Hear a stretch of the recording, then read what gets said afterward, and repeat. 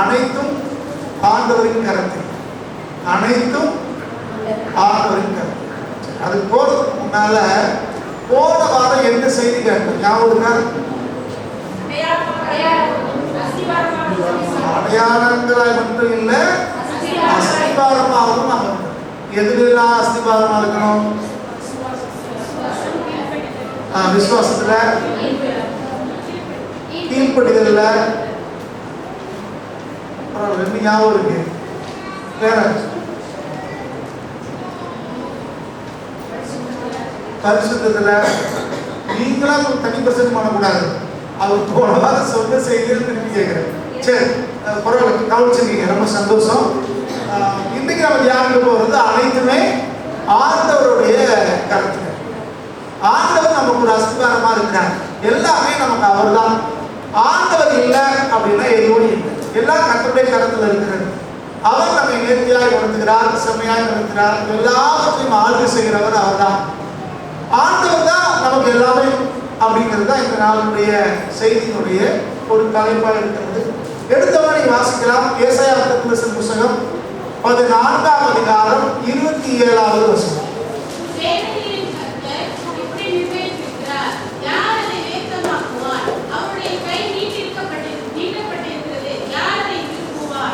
இந்த ஏசாயா தீர்க்கதரிசன புத்தகம் 14ஆம் அதிகாரத்தை நீங்க வாசிங்கன்னா, இஸ்ரவேல் ஜனங்கள் சிறையிருப்பிலிருந்து மீண்டு திரும்பவுமாய் அவங்க கட்டப்படுகிறதை, திரும்பவுமாய் குடியமர்த்தப்படுகிறதை குறித்து வசனம் பேசுகிறது. இந்த அதிகாரம் பேசுகிறது. இதுல முதல் 3 வசனங்களையும் அவங்க எப்படி திரும்ப கட்டப்படுவாங்க அப்படின்னு வாசிக்கிறாங்க. சிறையிருப்பிலே போனவர்கள், அடிமையிலாக அந்நியதேசத்துக்கு போனவங்க திரும்ப சொந்த நாட்டுக்கு வருவாங்க. யார் சிறைப்படுத்தினார்களோ அவர்களை சிறைப்படுத்துவார்கள்.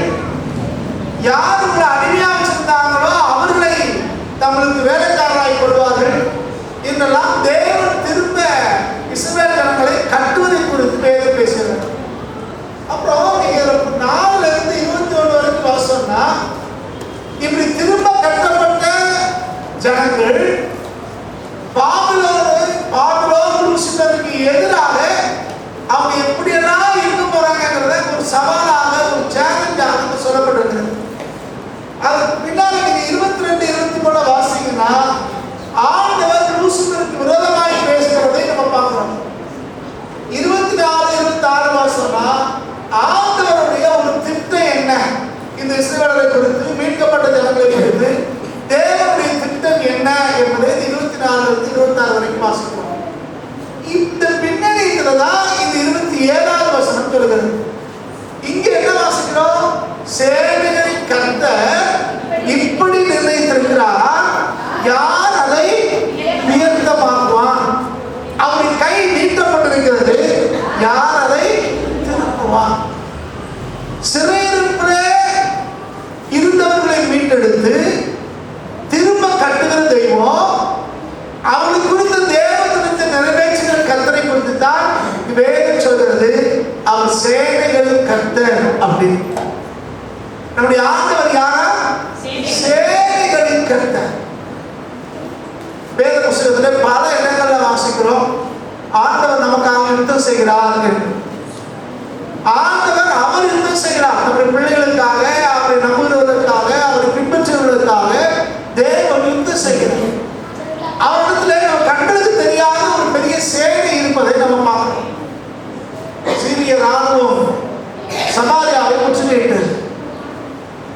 சமாரியாவில் உள்ளவர்கள் வெளியே போகவும் முடியாது, உள்ள வரவும் முடியாது. தேசத்திலே கொடிய பஞ்சம் வந்தது. எல்லாரும் பயந்து கொண்டிருக்கிறார்கள். கழுத தலையை அதிக விலைக்கு வாங்கி சாப்பிட வேண்டிய ஒரு சூழ்நிலை, கொடிய பஞ்சம். சொந்த பிள்ளைகளை கொண்டு சமைக்கிற அவலம் அங்கே வந்திருக்கிறது. அப்படிப்பட்ட சூழ்நிலை தேவனுடைய தீர்க்கதரிசி சொல்கிறார், நான் இந்த நாளைக்கு இந்த நேரத்துல ஒளிமுக வாசல்ல கோதுமையும் பார்வையும் மிக மிக குறைஞ்ச காசு கிடைக்கும் அப்படின்னு சொல்றார். ராஜாவுடைய கைலாக கொடுக்கிறவர் ஆண்டவர் ராஜாவுடைய பிஏ சொல்றார், இது எப்படி ஆகும்? ஆண்டவர் வானத்தினுடைய பலகனியை சன்னலை திறந்தா கூட இப்படி நடக்காதுங்க, தீர்க்கதரிசி சொல்லுகிறார், நாளைக்கு இந்த நேரத்தில் நடக்கும், நீ கண்ணால் அதை காண்ப, ஆனா சாப்பிட மாட்டேன். ஏன்னா அவருக்கு தெரியும், சீரிய ராணுவத்தை விட மிகப்பெரிய தேவனை ஆராய்ந்து கொண்டிருக்கிறோம். அவர் சேனையுடைய கர்த்தர், அவரால் தகர்க்க முடியாத கோட்டை ஒன்று இல்லை, அவரால் செய்ய முடியாத அதிசயம் ஒன்று இல்லை. நம்மளோட இருக்கிற காட்டிலும் தேவன் நம்ம வச்சிருக்கிற கூட்டம் பெரிய கூட்டம், கண்ணுக்கு தெரியாத ஒரு பெரிய சேனை இருக்கிறது என்பதை தீர்க்கனுக்கு தெரியும். அவன் தைரியமா சொல்கிறார், கர்த்தர் சொல்றாங்க அப்படின்னு பேசுறார். ஆனா ராஜாவுடைய பிரதானி இந்த ராஜாவுடைய கையால் கொடுக்கிறது என்ன தோணுதுன்னா, தேசத்துல கழுத தலை வாங்கி சாப்பிடுறாங்க, சொந்த பிள்ளையை வந்து சாப்பிடுறாங்க, ராணுவம் சுற்றி முற்றுகையிட்டு இருக்கிறது, நம்ம தோற்று போய் கொண்டிருக்கிறோம், அடிமைத்தனத்தில் இருக்கிறோம், நம்ம ஊர்ல இப்படி சாப்பாடு கிடைக்குமா என்கிற அந்த ஆதாரத்திலே அவர் பேசுகிறார். அன்னைக்கு நடக்கிற காரியத்தை வச்சு அவர் பேசுகிறார். ஆனா என்ன நடந்தது நமக்கு தெரியும். இந்த நாளுக்கு அங்கே ஒரு 4 குஷ்டரோகிகள் இருக்கிறார்கள். அந்த நாட்களே குஷ்டரோகிகள் அப்படின்னு சொன்னா சபிக்கப்பட்டவங்களாக அன்றைக்கு எண்ணப்பட்டது. அது ஒரு பாவத்தினாலே சாபத்தினாலே வருகிற வியாதின்னு நினைச்சாங்க. அவங்க ஊரை விட்டு ஒதுக்கி வச்சிருந்தாங்க. மனுஷன் கண்களே அவங்க பணக்கூடாது. அவங்களுக்கு சாப்பாடு கொண்டு வர்றது கூட வெளியில ஏதாவது இடத்துல வச்சுட்டு போயிடுவாங்க. ஆட்கள் நடமாட்டம் இல்லாத ஒரு இடத்துல வச்சுட்டு போயிடுவாங்க. இந்த குஷ்டரோகிகள் வந்து அந்த சாப்பாடு எடுத்துக்குவாங்க. அவங்க சாப்பாடு எடுத்து வரும்போது யாராவது மனுஷன் வர்ற மாதிரி இருந்துச்சுன்னா 2 கைகளை தூக்கி தலை மேல வச்சுக்கிட்டு தீட்டு கத்துவாங்க. ஏன்னா மற்றவங்க ஒதுங்கி போகுங்கிறதுக்காக. அப்படி புறக்கணிக்கப்பட்ட அந்த ஜனங்கள். இப்ப இவங்க 4 பேர் சொல்றாங்க, நம்ம சாப்பாடு வரல, நம்ம போய் யாருக்கும் வாங்க முடியல, இப்படி இருந்தா நம்ம சாப்பிட்டா போறோம், அதுக்கு பதில் செய்தி ராணுவத்துக்கு போவோம், எதிரிகிட்ட போவோம். அவங்க நம்ம விட்டு வச்சாலும் சரி, அவங்கள கொண்டு போட்டாலும் சரி, நம்ம எங்க இருந்தாலும் சாப்பிட்டாலும் போறோம், அங்க போவோம் போறாங்க. சாப்பாட்டுக்காக பசிக்காக போகிறாங்க. நான் குஷ்டரோகிகள் போகிறாங்க. ஆனா இவங்க போற இந்த 4 பேர் போறது அந்த சீரிய ராணுவத்துக்கு, சமாதியை பயன்படுத்தி கொண்டிருக்கிற அந்த ராணுவத்துக்கு பெரிய ராணுவம் வர்ற மாதிரி சவுண்ட் கேட்கு, குதிரை வர்ற மாதிரி, ரதங்கள் வர்ற மாதிரி பெரிய சத்தம் கேட்கு.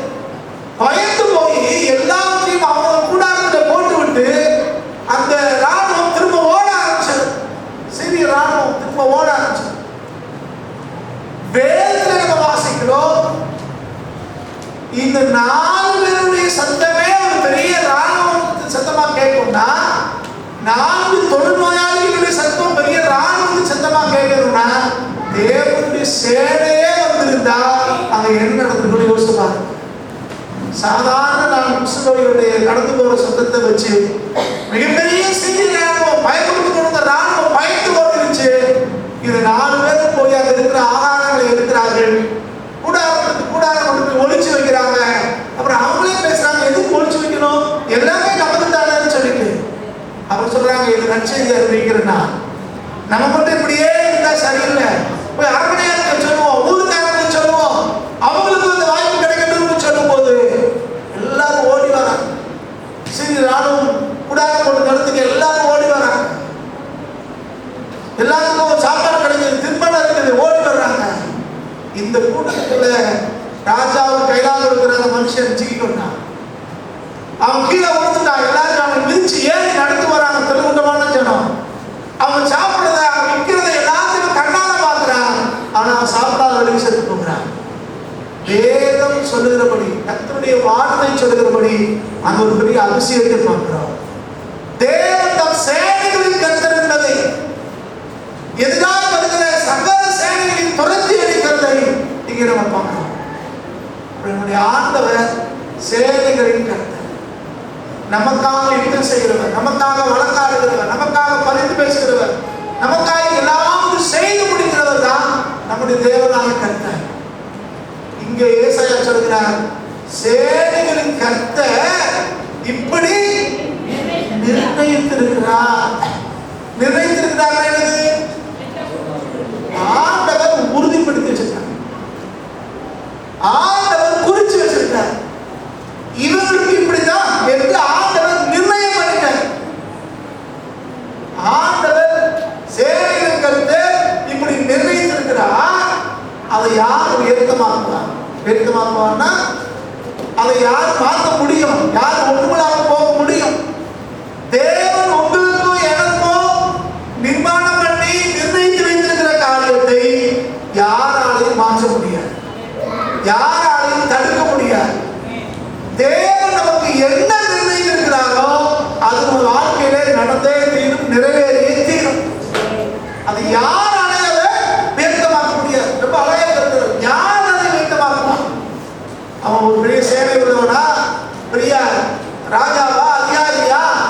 எந்த ஒரு மனுஷனாலையும் தேவன் நமக்கு நிர்ணயித்திருக்கிறதை வியர்த்தமாக்க முடியும், ஒன்றும் இல்லாம மாற்றவே முடியும். தொடர்ந்து சொல்றாரு, அவருடைய கை நீட்டப்பட்டிருக்கிறது. கர்த்தருடைய கை என்ன செய்யப்பட்டிருக்கா? நீட்டப்பட்டு. சில கத்தோலிக்க சபைகள்ல நம்ம பார்க்கலாம், ஒரு சிலை, பெரிய சிலையை வச்சிருப்பாங்க, நினைச்சு வச்சிருக்காங்க ஒருத்தர், ஒரு பெரிய சிலை, அது 2 கையும் நீட்டும், எல்லாரும் வாங்க நான் நன்மை செய்வேன் அப்படி காட்டுற மாதிரி வச்சிருக்கோம். ஆண்டவருடைய கை நீட்டப்பட்டது. இதுதான் ஏசாயா திரும்பவும் சொல்றார். 57 வாசிங்க. ரட்சிக்க கூடாதபடிக்கு கர்த்தருடைய கை குறியும் போவதில்லை, கேட்க கூடாதபடிக்கு அவர் சரி மந்தமாகவும். கர்த்தர் ரட்சிக்க கூடாதபடிக்கு அவருடைய கை குறியும் போகவே இல்லை. கர்த்தர் நீட்ட கையை வச்சிருக்கிறார். எதுக்கு? நம்ம ரட்சிக்க, நம்ம தூக்கி விட, நமக்கு உதவி செய்ய தேவன் தம்முடைய கருத்தை நீட்டி இருக்கிறார். நீங்க ஆண்டவர் கை நீட்டப்பட்டிருக்கிறது. எதுக்கு? நம்மளை கொடுப்பது, நமக்கு கொடுப்பதற்கு, நம்மளை ஆசிர்வதிப்பதற்கு, நம்மளை உயர்த்துவதற்கு, நம்மளை தாங்குவதற்கு தேவன் தம்முடைய கரத்தை நீட்டி இருக்கிறார். சத்திய வசனம் சொல்லுது, அவர் கை நீட்டப்பட்டிருக்கிறது. யாரை திருப்புவார்? ஆண்டவர் நமக்கு ஒரு காரியத்தை நிர்ணயித்து, நமக்கு ஒரு நன்மையை செய்து, நம்மளை உயர்த்தணும் நினைச்சிருக்கிறாரு. அவருடைய ஆசீர்வதிக்கிற கரம் நம்ம நோக்கி நீட்டப்பட்டிருக்கிறது. இது ஒருத்தனாலையும் திருப்ப முடியாது.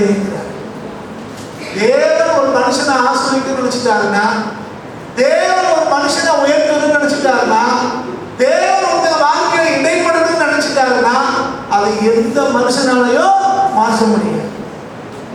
நம்முடைய ஊர்களில் கிராமங்களில் சில பேர் சொல்லுவாங்க, நல்லெண்ணம் போயிட்டு இருந்தோம் பாருங்க, எங்க பங்காளி செய்வ வச்சாங்க, அதுல இருந்து பெருமை நடக்க மாட்டேன். நல்லா தான் போயிட்டு இருந்துச்சு, யாரோ ஒருத்தர் போட்டு கொடுத்துட்டான், அதுல இருந்து அவங்க கூட பேசணும். நல்லா தான் இருந்துச்சு, அவங்க வந்து கெடுத்துட்டாங்க. நம்ம சொல்றோம், ஆனா வேதம் சொல்கிறது, தேவன் ஒரு காரியத்தை நமக்கு நிர்ணயித்திருப்பாரு. ஆனால் தேவன் நம்மளை ஆசிரியர் கடவுளை நீட்டுவார்கள். ஆனால் ஒருவனாலும் அதை தடுக்க முடியாது.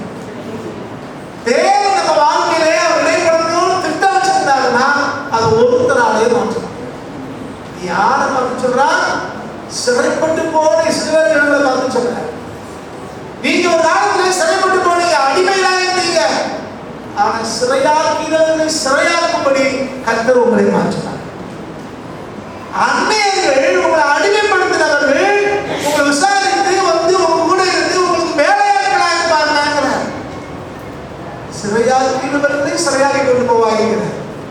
அப்ப நம்மளை யார் சிறைப்படுத்தினாங்களோ, நம்மளை அடிமைப்படுத்தினாங்களோ, நம்மளை வேலை வாங்கினாங்களோ, நமக்கு எதிராக பேசினாங்களோ, அவர்களுக்கு எப்படி மாறுவாங்களா? நமக்கு கீழே சிறையாக மாறுவாங்க. அப்ப நம்ம வாழ்க்கையில தேவன் தலையில் மாற்றத்தை கொண்டு வருகிறான். அனைத்தும் ஆண்டவருடைய கரத்தில் இருக்கிறது. எல்லாம் ஆண்டவருடைய கரத்தில் இருக்கிறது. சங்கீதக்காரன் சொல்றார், என்னுடைய காலங்கள் அவருடைய கரத்தில், உங்களுடைய கரத்தில் இருக்காங்க. காலம் எதிர்காலம் உங்க கரத்தில் தான். கடந்த காலங்கள் எப்படி இருந்தாலும் சரி, இன்றைக்கு எனக்கு விசுவாசம் நம்பிக்கை இருக்கிறது. என் காலங்கள் உங்களுடைய கரத்தில் இருக்கு. என் காலங்கள் உங்களுடைய கரத்தில் இருக்கிறதுனா கொஞ்சம் யோசிச்சு பாருங்க. நம்ம என்ன சொல்றோம்? நம்ம சபையில் ஒரு ஐயா இருந்தாங்க, இல்லை அவரு ஒரு பேசிட்டு சொல்றேன், அவருக்கு ஒரு சின்ன பிரச்சனை சொல்றேன். ஐயா, எங்களுக்கு ஒரு சொந்தக்காரர் இருக்காரு, அவர் போலீஸ்காரா இருக்காரு. சரி, எங்க இருக்காரு? இவரு கோயில்கிட்ட இருக்காரு, அவர் எங்கேயோ இருக்காரு. அவரை சொல்ற, நாங்க சாதாரண ஆள் இல்லையா, நான் சும்மா விட மாட்டேன், எங்களுக்கு சொந்தக்காரர் ஒரு போலீஸ்காரர் இருக்காரு அப்படின்னு. நம்ம சொந்தக்காரர் போலீஸ்காரர் இருக்காரு, அவர் எந்த ஊரையோ இருக்காருங்கிறது இவர் என்ன தோணுது? இப்ப நான் சும்மா விட மாட்டேன். யோசிச்சு பாருங்க. சர்வ உலகோட ஆண்டவர் சொல்கிறார், நம்முடைய கரங்கள் யார் கரத்தில் இருக்குதா? ஆண்டவருடைய கரத்தில் இருக்கு. சர்வ வல்லமையுள்ள தெய்வம் வானத்தை பூமி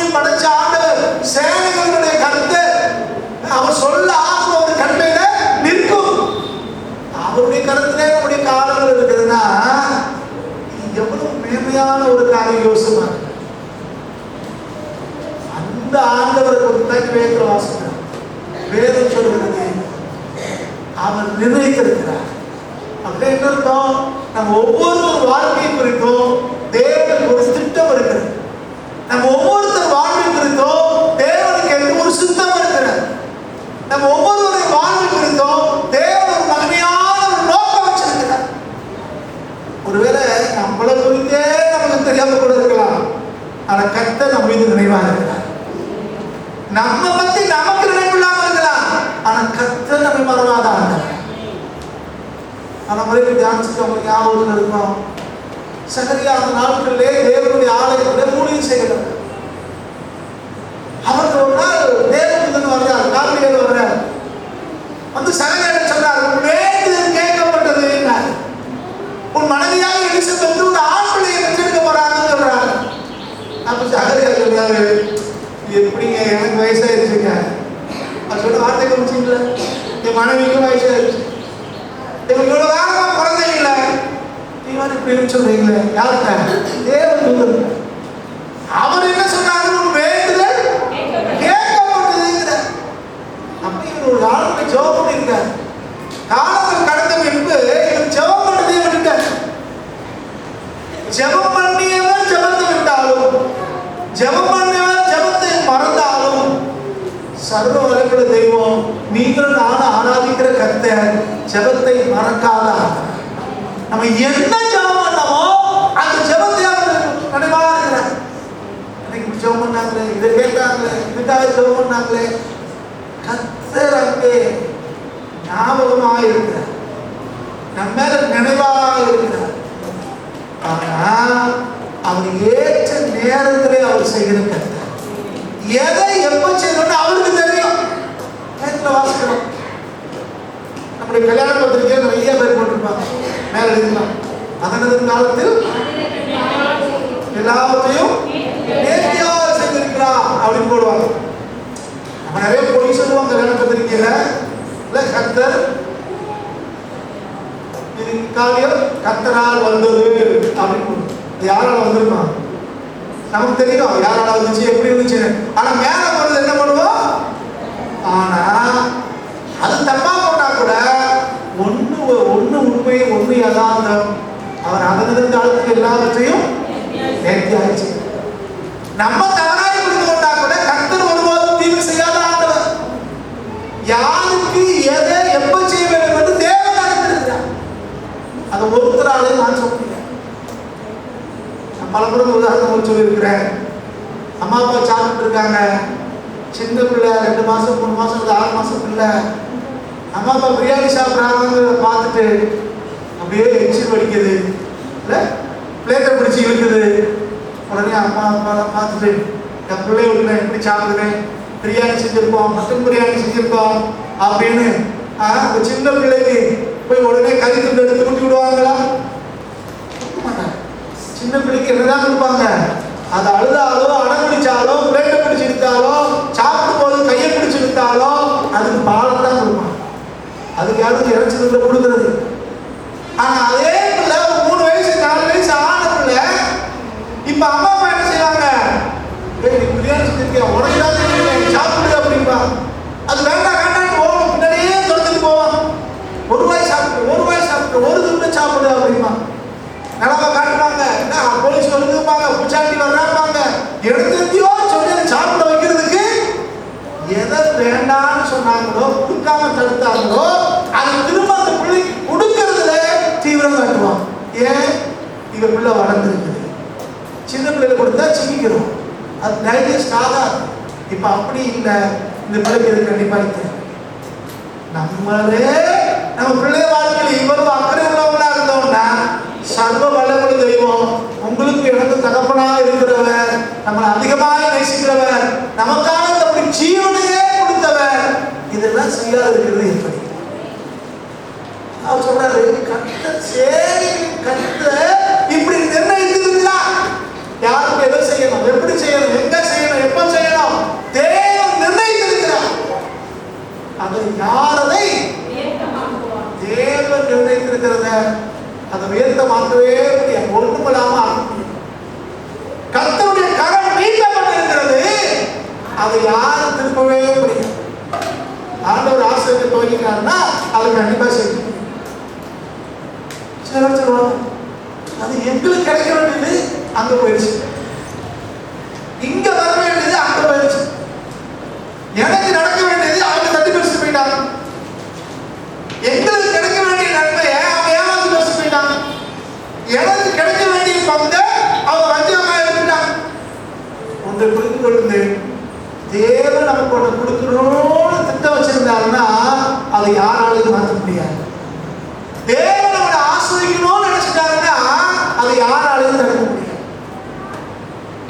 சகரியாவுக்கு அவிசுவாசம் தான், சகரியாவுக்கு அவநம்பிக்கை தான். வந்து பேசுறது சொல்றாரு, நான் கேப்ரியல் தூதன், நான் கர்த்தருடைய சமூகத்திலிருந்து வந்து உன்னை பேசுறேன், உன் வேண்டுதல் கேட்கப்பட்டது அப்படின்னு சொன்னா கூட இது எப்படி ஆகும்னு தான் அவர் கேட்கிறாரு. நம்மளும் அப்படிதான் பல நேரங்கள் அவநம்பிக்கை, இதெல்லாம் எப்படி நடக்கும் நம்ம யோசிக்கணும். நம்மள அவிசுவாசம், நம்பிக்கை இல்லை, ஆண்டவர் மேலே நமக்கு சந்தேகம், வசனத்து மேல நம்பிக்கை இல்லை. சகரியா பார்த்தவர் சொல்றாரு, நீ நம்ப மாட்டீங்கள, நீ ஏத்துக்க மாட்டீங்கள, ஆனா கர்த்தர் சொல்றது நடக்கத்தான் போகுது, அது வரைக்கும் நீ பேசாம ஊமையா இருக்கு, பேச முடியும். பேசிட்டு இருந்தா என்ன நடந்ததுன்னு நினைக்கிறேன், போராடுறாங்களான்னு சொல்லிட்டு இருப்பேன். எனக்கு வயசாச்சா, இது எப்படி சாத்தியம், தேவன் சொன்னார். இப்ப இவருக்குள்ள இருக்கிற அவிசுவாசம் எங்க போவா? நம்ம அப்படிதானே, ஒரு நாள் காய்ச்சல் வந்துட்டா போதும், உலகத்தை தள்ளிடும். நான் ஒரு நாள் காய்ச்சல் வந்துச்சு, அவங்களுக்கு இப்படி இருந்துச்சு, இவங்களுக்கு அவங்க என்ன ஆயிடுச்சு, இப்படி ஆயிடுச்சு. நம்ம கஷ்டப்படுறதும் இல்லாம அடுத்தாலையும் பயப்படுத்தி நமக்குள்ள அவிசுவாசத்தை எங்க விட்டுருவான், அடுத்தால பயப்படுத்தி. அவங்க நம்ம ஊர்ல சொல்லுவாங்க, பாம்பு கடிச்சு செத்த, அந்த விஷத்தினால செத்ததை விட பாம்பு கடிச்சிருச்சுங்கிற வார்த்தை கடிச்சு செத்தவங்க தான் அதிகம். அப்படி புரியுதா? பாம்பு கடிச்சு அந்த விஷம் பிறகு சாகிறத விட ஐயோ பாம்பு கடிச்சா அப்படின்னு கேட்டு செத்தவங்க தான் யாரு, அந்த பயம். நம்மளே இப்படிதான் அவிசுவாசம், அவநம்பிக்கை. புரிந்து கொள்ளுங்கள், மரித்தோரை உயிர்ப்பிக்கிற சர்வ வல்லமையுள்ள தெய்வத்தை தான் நீங்கள் ஆராய்ச்சி. உலர்ந்த எறும்புகளை உயிரை செய்தவர் தான் நீங்கள் ஆராய்ச்சி கொண்டிருக்கிறார். ஒன்றும் இல்லாமல் இருந்து சகலத்தை உருவாக்குறவர் தான் நீங்கள் விசுவாசிக்கிறோம். நம்முடைய விசுவாசம் எப்படி இருக்கணும், ஒரு நம்பிக்கை எப்படி இருக்கணும், நம்ம கர்த்தர் மேல எவ்வளவு அன்பா பாசமா அவரை பின்பற்றணும் யோசிப்பாரு. ஆனா பல நேரங்களில் என்ன ஆகுது, நமக்கு விசுவாசம் அசைவாட ஆரம்பிக்கும். இஸ்ரேலுக்கு கொடுக்கும்போது பேசும்போது ஆண்டவர் சொன்னார், அது பர்வதத்து போல இருக்கும், அசையாத பர்வதத்து போல இருக்கும், அது அசைக்கப்படுவது இல்லை அப்படிங்கிறார். ஆனா நம்ம விசுவாசம் எப்படி இருக்குது, அந்த எருசலேம் போல அசைக்க முடியாதா இல்ல, எப்படி இருக்குது, அல்லுனி வந்தாலே நம்ம விசுவாசம் அசைக்குது, ஒரு தலைவர் வந்தா நம்ம விசுவாசம் அசைக்குது, யாராவது ஒண்ணு சொல்லிட்டாங்கன்னா உடனே என்ன செஞ்சிடறா, சோர்ந்து போயிடும். இது என்ன அது என்ன உடனே சொல்றோம். சில பேர் என்ன சர்ச்சில் காணோம் அப்படின்னா வந்து என்ன செய்யுங்க, கர்த்தர் என்னத்தை செஞ்சிருக்காரு. இடையில ஒரு குடும்பத்தார் வந்திருந்தாங்க, அவங்க பேசிட்டு இருந்தேன். அப்போ அவங்க சொன்னாங்க, இப்போ மக வரமாட்டேங்கா சர்ச்சுக்கு, ஏன் வரமாட்டேங்கா, கர்த்தர் உங்களுக்கு என்ன செஞ்சாருன்னு. நீ கர்த்தருக்கு என்ன செஞ்ச, நீ கர்த்தரை தேடினியா? இப்ப அதெல்லாம் நினைக்க மாட்டோம். நம்முடைய குறைவுகளை சரிப்படுத்திக் கொள்ள விரும்புறது இல்லை, தேவ சமூகத்தில் உண்மையாக விரும்புறதில்லை, வசனத்துக்கு கீழ்ப்படிய விரும்புறது இல்லை. ஆனா குறை சொல்றது யார? ஆனா ஒண்ணு முடிச்சுக்கோங்க, தேவன் ஒருபோதும் தீமை செய்யாத கர்த்தர். ஆண்டவர் ஒருபோதும் தீமை செய்ய மாட்டார். அவருடைய கருத்திலிருந்து வருகிறது எதுவும் தீமையா இருக்க, கர்த்தர் நன்மையானதை செய்கிறார். கர்த்தர் நன்மையானதை செய்கிறார். வேதம் சொல்கிறார், ஒருவனையும் ஒரு காலம் கொள்ளாமையால சோதிக்க மாட்டார். அவர் நன்மை செய்கிற ஆண்டவர். சில நேரம் நம்ம சொல்லுவோம், யோபு போகாத என்று சொல்கிறார். யோபுக்கு நமக்கு எவ்வளவு வித்தியாசம். யோபுடைய கால் தூசி கூட நம்ம பெற மாட்டோம், ஆனா பேசுறது பேசுவோம். செய்யறதுனால நம்ம சொல்றது குறை சொல்றது யாரு? ஆண்டவர். இன்னொரு குரூப் இருக்கு, வசனத்துல தேர்ந்தவங்க நம்ம ஆண்டவர் விட்டுருவோம், சாத்தான சொல்லுவோம். சாத்தா எங்களை என்ன பாடுபடுத்துறான் அவன் நினைச்சு பார்ப்பான். ஒரு காலத்துல ஆபிரகாம், மோசே, யோசேப்பு, இப்படிப்பட்ட ஆளுகளெல்லாம் நான் போராடி இருக்கிறேன், இவங்களோட போராட வேண்டியதை போச்சு. அவளே வெக்க போடுறான் நம்மளை பார்த்தா இல்ல, அவ்வளவு பெரிய சித்தவாதோட யுத்தம் செஞ்சோம், போராடணும், இன்னைக்கு இவங்களோட தான் போராடணுமா என்று அவனே வெக்கப்பட்டு ஒதுங்கி போயிடும். நான் வாழ்க்கைக்கு அப்படித்தான். கொஞ்சம் கவனம், கொஞ்சம் யோசனை. தேவன் எதை நிர்ணயித்திருக்கிறாரோ அது ஒரு வாழ்க்கையில் நடந்தே இல்லை. இன்னும் சில வசனங்கள் நம்ம ஞாபகப்படுத்த விரும்புகிறேன். யோபுக்கே போங்க, 23ஆம் அதிகாரம் 14வது வசனத்தை வாசி. யோபு சொல்றார், எனக்கு குறித்திருக்கிறதை ஆண்டவர் நமக்கு சில காரியங்களை குறிச்சு வச்சிருக்கிறார். நம்ம எங்க இருக்கணும், எப்படி இருக்கணும், என்ன வேலை செய்யணும், என்ன படிக்கணும், எந்த சூழ்நிலை இருக்கணும், யார் யாரோட பழகணும், எல்லாத்தையும் தேவன் குறித்து வைக்கிறார். ஒவ்வொருத்தருக்கும் ஒவ்வொரு விதமாய் குறித்திருக்கிறார். எனக்கு குறித்திருக்கிறதை அவர் அடுத்த ஆளுக்கு குறிச்சதே இல்லை. நமக்கு என்ன தேவன் குறித்திருக்கிறாரோ அதை ஆண்டவர் வாழ்க்கையில நிறைவேற்றுவார். யார் பேசுறது? யாரு? யோபு பேசுறாரு. யோபு எந்த சூழ்நிலை பேசுறான்? எல்லாத்தையும் இறந்துட்டு பேசுறாரு. குடும்பத்தை இழந்தார், பிள்ளைகளை இழந்தார், சொத்து சுகங்களை இழந்தார், மேலெல்லாம் வியாதி வந்துருச்சு, மனைவி திட்டுறாங்க, சிநேகிதமார் திட்டுறாங்க, எல்லாரும் குறை சொல்றாங்க. அந்த நிலைமையை யோபு பேசுகிறா. எனக்கு குறித்திருக்கிறது அவங்க அனைவரும் நினைச்சிருப்பாங்க, உனக்கு குறிச்சிருந்தா இப்படி நடக்குமா, உனக்கு தீமை தான் குறிச்சிருக்கிறார், கேவலத்தை தான் குறிச்சிருக்கிறார், எல்லாரும் குறை பேசுவாங்க. ஆனா சத்திய வசனங்கள் வந்து யோபு சொல்றாரா, தீமைகளின் மத்தியிலே, இழப்புகளின் மத்தியிலே, நஷ்டங்கள் மத்தியிலே, வியாதிகளின் மத்தியிலே அவர் சொல்றாரு, அவர்களுக்கு என்ன குறிச்சிருக்கிறாரோ அதை நிறைவேற்றார். கர்த்தர் மேல என்ன ஒரு அசைக்க முடியாத நம்பிக்கை பாருங்க. நமக்கு தேவன் நம்மகிட்ட என்ன எதிர்பார்க்கிறாருன்னா, தேவன் நம்மகிட்ட என்ன எதிர்பார்க்கிறாருன்னா, தேவன் மேல நமக்கு விசுவாசம் தான். யூதா எழுதுறாரு, 3ஆம் வசனமா வாசிங்க. யூதா 3ஆவது வசனம். பிரியமானவர்களே, பொதுவான ரட்சிப்பை குறித்து உங்களுக்கு எழுதும்படி நான் மிகவும் கருத்துள்ளவனாய் இருக்கிறேன். பரிசுத்தவான்களுக்கு ஒரு விசை ஒப்புக்கொடுக்கப்பட்ட விசுவாசத்திற்காக நீங்கள் தைரியமாய் போராட வேண்டும் என்று உங்களுக்கு எழுதி உணர்த்துவது எனக்கு ரட்சிப்பை விட அவர் சொன்ன வார்த்தை கவனிச்சிங்களா, பொதுவான ரட்சிப்பு தான் எழுதணும்னு கருத்துல நான் இருந்தேன். ஆனா அதை விட எனக்கு ஒரு முக்கியமா தெரியுது, நமக்கு ஒரு விஷயம் ஒப்பு கொடுக்கப்பட்ட விசுவாசத்துக்காக நீங்க தைரியமாய் போராடணுங்கிற. போராட்டம் எதுக்கு? விசுவாசத்தை காத்துக்கொள்வதற்கு. பவுல் எழுதுகிறார், நல்ல போராட்டத்தை போராடினேன், என் விசுவாசத்தை காத்துக்கொண்டேன். போராட்டமே அவன் எழுதுதான், விசுவாசத்தை காத்துக்கொண்டு. பிசாசு என்ன நினைக்கிறா, எப்படியாவது நம்ம விசுவாசத்தை விட்டு வழிவிலக பண்ணணும். ஆண்டவர் மேல வச்சு நம்பிக்கை இருந்து நம்ம வழிவிலக செய்யணும், விசுவாசத்தை விட்டு வழிவிலக போக வைக்கணும். ஆனா வேதம் சொல்கிறது, எனக்கு குறித்திருக்கிறதை அவன் நிறைவேற்றான். எனக்கு எதை செய்ய வேண்டும் என்று தேவன் திட்டம் வச்சிருக்கிறாரோ அது என் வாழ்க்கையில கர்த்தரே நிறைவேற்றார். மனுஷராலும் அல்ல, மனுஷன் மூலமாயும் அல்ல, தேவன் நமக்கு குறித்ததை அவரே நிறைவேற்றுகிறார். எத்தனை பேர் வசனம் புரியுது?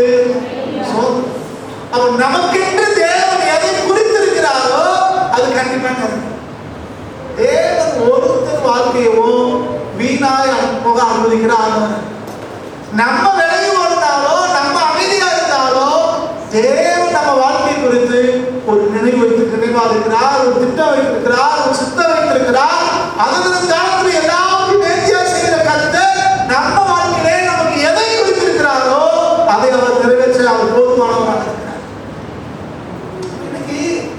நமக்கு தைரியம் வேணும், நமக்கு விசுவாசம் வேணும்.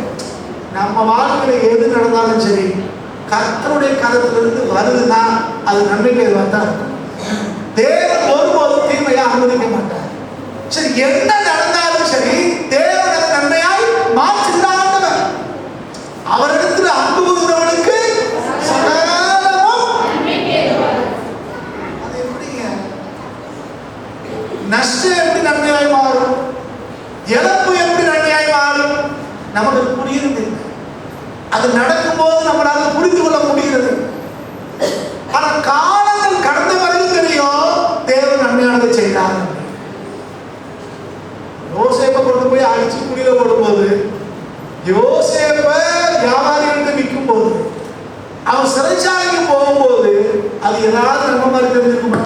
யோசேப்புக்கு தரிசனம் கண்டேனே, தரிசனம் என்னாச்சு? தரிசனம் என்னாச்சு? கர்த்தர் பேசுறதெல்லாம் உண்மைதானா? வாக்குத்தத்தமெல்லாம் உண்மைதானா? ஒரு கேள்விதான் அவர் வந்திருக்கணும் இல்லையா? ஆனால் அது அடையாளமே அது அமைதியா போய்கிட்டே இருக்கிறார். பின்னாட்களே தம்முடைய சொந்த சகோதரன் சொல்றார், நீங்கள் எனக்கு தீமை செய்ய நினைத்தீர்கள், ஆனா இன்றைக்கு நடந்து வருகிறபடியே வெகு ஜனங்களே உயிரோட காக்கும்படிக்கு அதை நன்மையாய் முடியும். தீமைதான், நீங்க எனக்கு தீமைதான் செஞ்சீங்க, திட்டமிட்டு செஞ்சீங்க, ஆனா கர்த்தர் அதை நன்மையாய் மாற பண்ணினார். நீ எனக்கு தீமை செய்யலைன்னா நான் இன்னைக்கு எகிப்திலிருந்து உயர்ந்த பதவிக்கு வந்திருக்க மாட்டேன். நீ எனக்கு தீமை செய்யலைன்னா இன்னைக்கு உனக்கு போதுல நான் கொடுத்துருக்க மாட்டேன். சொந்த குடும்பத்துக்கு போசிக்கிற அந்த கிருபை எனக்கு கிடைச்சிருக்கா. நீ எனக்கு தீமை செய்யலைன்னா இந்த எகிப்திற்கு சாப்பிட்டு இருக்க. நீ எனக்கு தீமை செய்யலைன்னா அங்கே வாக்கு பண்ணப்பட்ட தேசத்துல பஞ்சம் உண்டாயிருந்தாலும் அங்கிருந்து ஆகாரத்தை தேடி இந்த எகிப்துக்கு வர நீங்க வருவதற்கு தேவன் தெரிய செஞ்சிருக்க மாட்டாங்க. யோசிப்பார், எகிப்தினாலே என்னதான் சொல்லுவோம், அது இருந்த தேசம், சாபத்தினுடைய தேசம், சாத்தானுடைய தேசம் என்று பழையப்பாட்டு காலத்திலே அவர் இருப்பதாக நம்ம உருவப்படுத்தி பேசுகிறோம். ஆனா இவங்க இருந்தது என்ன? வாக்கு பண்ணப்பட்ட தேசம், பாலும் தேடும் ஆறாவது தேசம். ஆனா அங்க பஞ்சம் உண்டாயிருந்தா, இங்கே தானியம் உண்டு என்று கேள்விப்பட்டு இங்க வர. அப்ப ஒரு யோசேப்பு நிமித்தம் தேவன் எகிப்தை எப்படி ஆசீர்வதிச்சார்? எப்படி அந்த ஒரு யோசேப்பு எப்படி இந்த மேன்மைக்கு வந்தார்? சுற்றி நடந்த சகல தீமைகளினாலே இந்த மேன்மையை அடைஞ்சார்.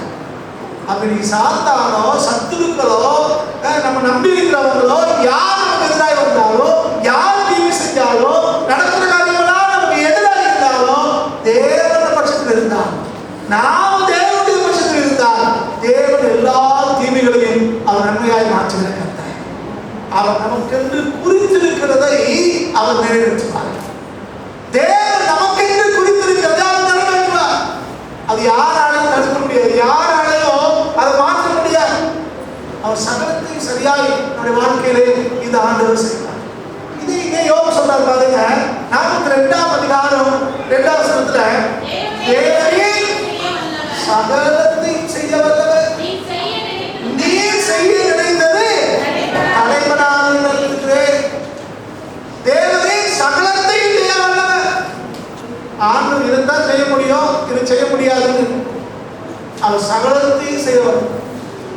ஆண்டவரால முடியாதது அப்படின்னு பாத்தீங்கன்னா பரிசுத்த குலைச்சலானதை அவர் அனுமதிக்க மாட்டார், அவர் செய்ய மாட்டார். தீமை அவர் செய்ய மாட்டார். இப்படிப்பட்ட நெகட்டிவான காரியத்தை தான் செய்ய மாட்டார்னு பைபிள் சொல்லுது. அவர் விரும்புறது இல்லைன்னு சொல்லுது. மற்ற சகல காரியங்களையும் அவர் செய்வதற்கு வல்லமை இல்லை. அவர் சகலத்தையும் செய்ய வல்லமை இல்லாதவர். அவர் செய்ய நினைச்சது தடைப்படும். அவர் செய்கிறது தடைப்படாதுன்னு போடல. அவர் செய்ய நினைத்ததே என்ன செய்யாதா? தடைப்படும். ஆண்டவர் நமக்கு ஒன்று செய்யணும்னு நினைச்சிட்டாருன்னா அது ஒருபோதும் தடைப்படாது.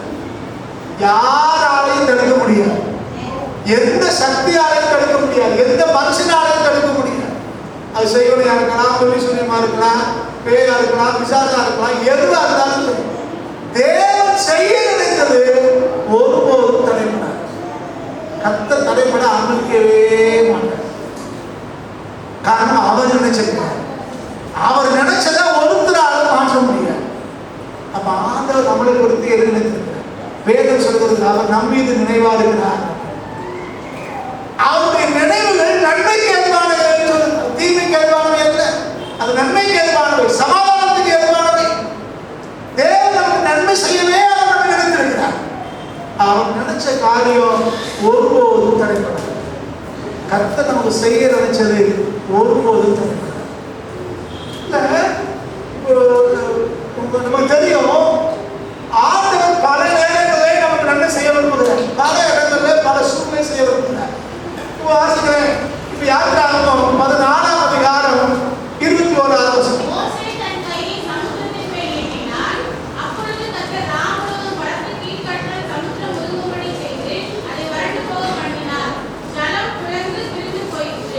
இஸ்ரவேல் ஜனங்களை எகிப்தின் அடிமைத்தனத்திலிருந்து அவர் மீட்டெடுத்தார். இஸ்ரவேல் ஜனங்கள் வாக்கு பண்ணப்பட்ட கானான் தேசத்தை அடைவதற்காக தேவன் திட்டமிட்டு மோசேயை அனுப்பி ஆரோனை அனுப்பி பார்வோனோட பேச வச்சு அங்கிருந்து விடுதலையாக்கி அடையாளத்தை அற்புதங்களை செய்து அவரை நடத்தி கொண்டு வருகிறார். ஆனால் நடுவழியில் வரும்போது செங்கடல் எதிர்ப்படுகிறது. பின்னாலே பார்வோனுடைய சேனை வருகிறது. எல்லாரும் தொடங்க ஆரம்பிக்காங்க. எங்கள் எகிப்துல கடல் இல்லைன்னா அப்படி ஒன்று வந்தேன், உன நம்பி வந்தோமே, எல்லாரும் புலம்புறாங்க. இப்ப மோசே தேவ சமூகத்தில் போறாரு. என்ன ஆண்டவரே இப்படி பேசுறாங்க? ஆண்டவர் போய் புலம்புற. இப்ப ஆண்டவர் சொன்னார், மோசே உன் கையில் இருக்கிற அந்த கோலை அந்த சமுத்திர முகமாய் நீட்டு.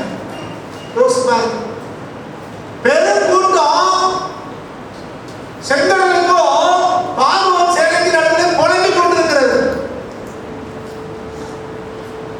என்ன நடக்க போகுதுன்னு தெரியல. அன்னைக்கு இருக்கிற சூழ்நிலையிலே அவர் நிற்கின்றான சூழ்நிலை இருக்கா. அதுக்கு எல்லாரும் சேர்ந்து மோசையை தான் சொல்றாங்க, முறுமுறுக்கிறாங்க. ஆனா கர்த்தர் ஒரு மோசை நிமித்தம் சாதாரண ஒரு குச்சை அந்த சமுத்திரமகமாய் நீட்டின்னு சொல்லும் போது அந்த சமுத்திரம் ரெண்டா கலந்ததுன்னு வாசிக்கிறார். அது வசனம் அழகா சொல்லி பாருங்க. மோசே தன் கையை சமுத்திரத்தின் மேல் நீட்டினான். அப்பொழுது கர்த்தர் கீழ் காற்றினால் சமுத்திரம் கீழ் காற்று என்னது? கிழக்கிருந்து அடிக்கிற காற்றுக்கு என்ன வேணும்? வடக்கிருந்து அடிச்சா வாடை, தெற்கிருந்து அடிச்சா தென்றல். கிழக்கிருந்து அடிக்கிற காற்றுக்கு என்ன வேணும்? கீழ் காற்றா? திசை வச்சு விடலாம். கிழக்கிருந்து அடிச்சா அது இருந்தா கீழ் காற்று. பயிர் நடந்தது போட்டு இருக்கு கீழ் காற்று. சரி, போன காலத்தை எங்களுக்கு நடிக்கும்.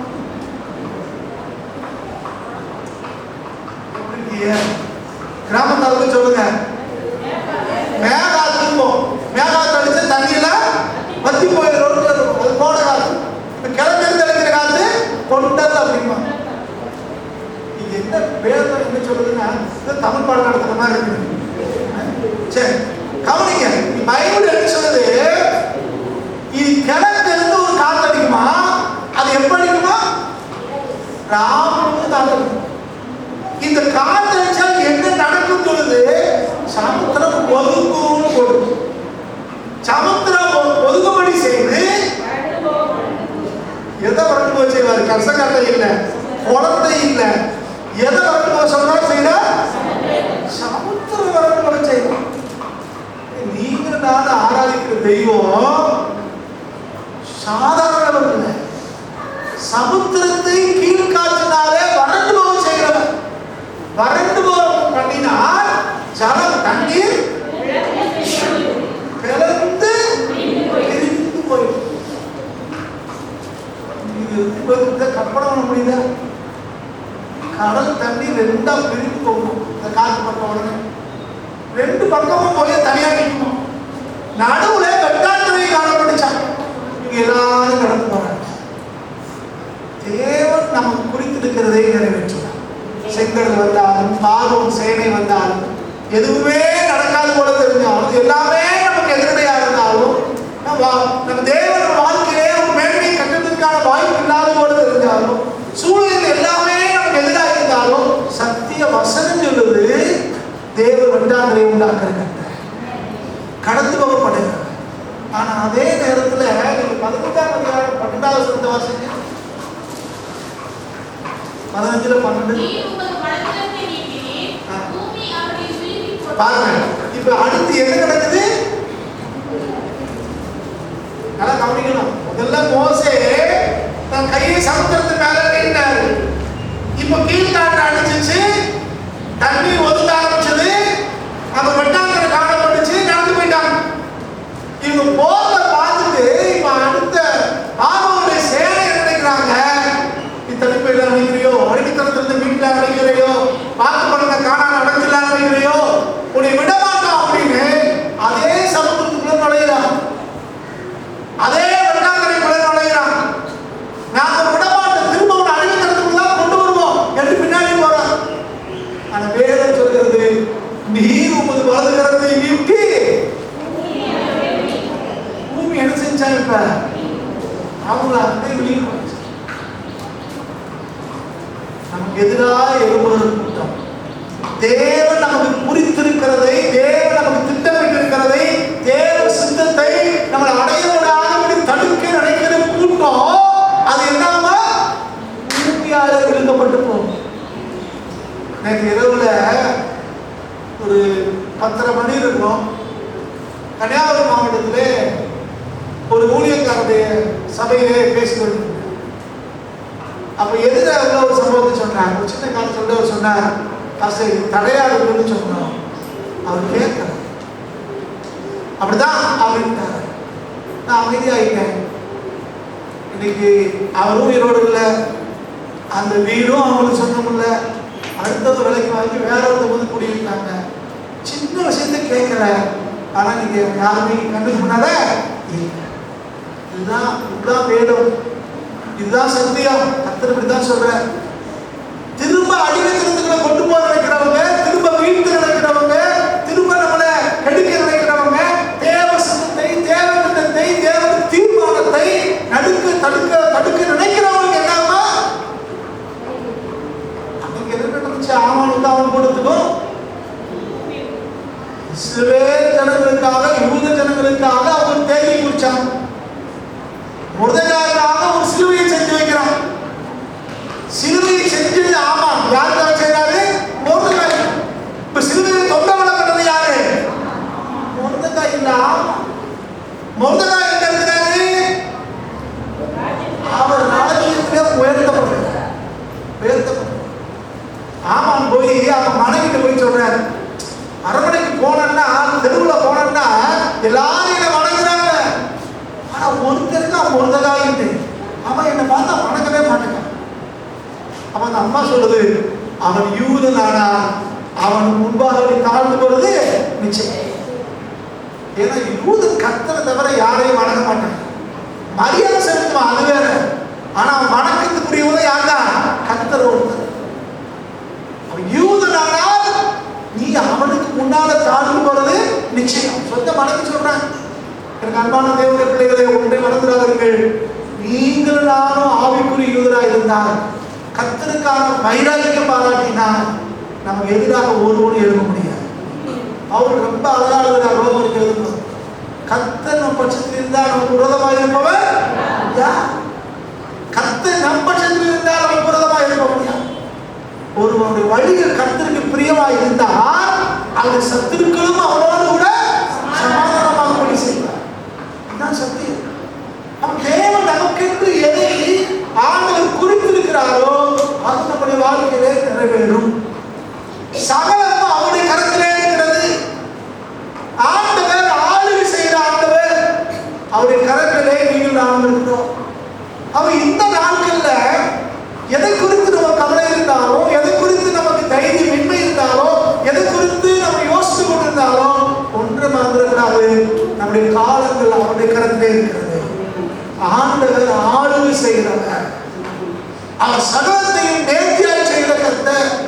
நமக்கென்று எதை திட்டமிட்டிருக்கிறாரோ, நமக்கென்று எதை குறித்திருக்கிறாரோ, நம்மளை குறித்து என்ன சித்தம் வைத்திருக்கிறாரோ அதை நிச்சயமாக நடக்கும். சில நேரங்கள் நம்ம சொல்லுவோம், கல்லுல நாடு உரிக்கிற மாதிரி இருக்கு அப்படின்னு. ஓ, எதை எடுத்தாலும் தடையாகிட்டே இருக்குது, கல்லுல நாடு உரிக்கிற மாதிரி இருக்கு. ஒன்ன மறந்துடாதீங்க, கர்த்தர் நன்மையானதை செய்ய ஆண்டவர். இன்னைக்கு கல்லுல முட்டுற மாதிரி இருக்கா, கல்லுல நார் உரிக்கிற மாதிரி இருக்கா? தேவன் ஏதோ ஒரு நோக்கத்தை வச்சிருக்கிறார். தேவன் ஏதோ ஒரு பெரிய திட்டம் வைத்திருக்கிறார். இன்னைக்கு நடக்காம இருக்கலாம், நீங்க விரும்புவது சாத்தியமாகாம இருக்கலாம், ஜோபனம் கிடைக்காம இருக்கலாம், எதிர்பார்க்கிற வாழ்க்கை நமக்கு அமையாம இருக்கலாம். தேவன் ஏதோ இதோட ஒரு பெரிய திட்டத்தை வைத்திருக்கிறார். தேவன் இதோட ஒரு மேன்மையான காரியத்தை நமக்கு என்று வைத்திருக்கிறார்.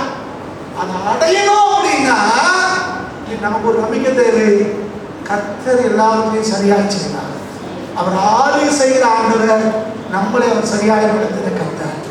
அதனால மனுஷனுடைய வார்த்தையை கேட்டு, சொந்த பந்தங்கள் சொல்றதை கேட்டுட்டு, சுற்றி நடக்கிற காரியத்தெல்லாம் வச்சுட்டு ஒருபோதும் சோர்ந்து போகக்கூடாது. பிசாசுடைய திட்டம் என்னன்னா நம்மளை விசுவாசத்துக்கு நடக்கணும், நம்மளை சோர்ந்து போகக்கூடாது.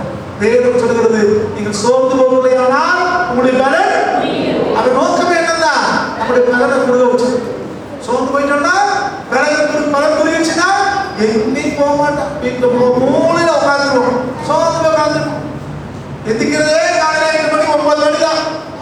ஏன்னா சோர்வு, வெளியில அடுத்தவரை பார்க்கவே மனசு இல்லை, ஏன்னா சோர்வு. ஒரு மூத்த விசுவாசம் வருது. சமீபத்தில் போன் பண்ண எப்படி இருக்கீங்கன்னு கேட்டா, கத்தோலிக்க கிருபை நல்லா இருக்கிறேன்னு சொல்றவங்க இருக்கேன். ஏன் சோர்வு? சோர்வுங்கிறது எல்லாருமே மறந்தான் செய்யுது. ஆனா ஒன்ன மறந்துடக்கூடாது, கர்த்தருக்குள் மகிழ்ச்சியாக இருப்பதே. வேதத்துல மிகப்பெரிய தீர்க்கதரிசியாய் காணப்படுறவங்களா சோர்ந்து போயிட்டே இருக்காங்க. போதும் ஆண்டவரே என்னை எடுத்துக் கொள்ளுகிறோம். யாரு? போதும் ஆண்டவரே என்னை எடுத்துக்கொள்ளும் சொன்னார்னா மழை பெய்யும், திரும்ப நின்றுடா நிற்கும். மழை பேச்சா பெய்யும், நின்றுடா நிற்கும். ஆனா அவர் என்ன சொல்றாரு? போதும் ஆண்டவரே என்னை எடுத்து. மோசே என்னை கொண்டு போனுங்கிற சாபம் இருக்கிறாரு.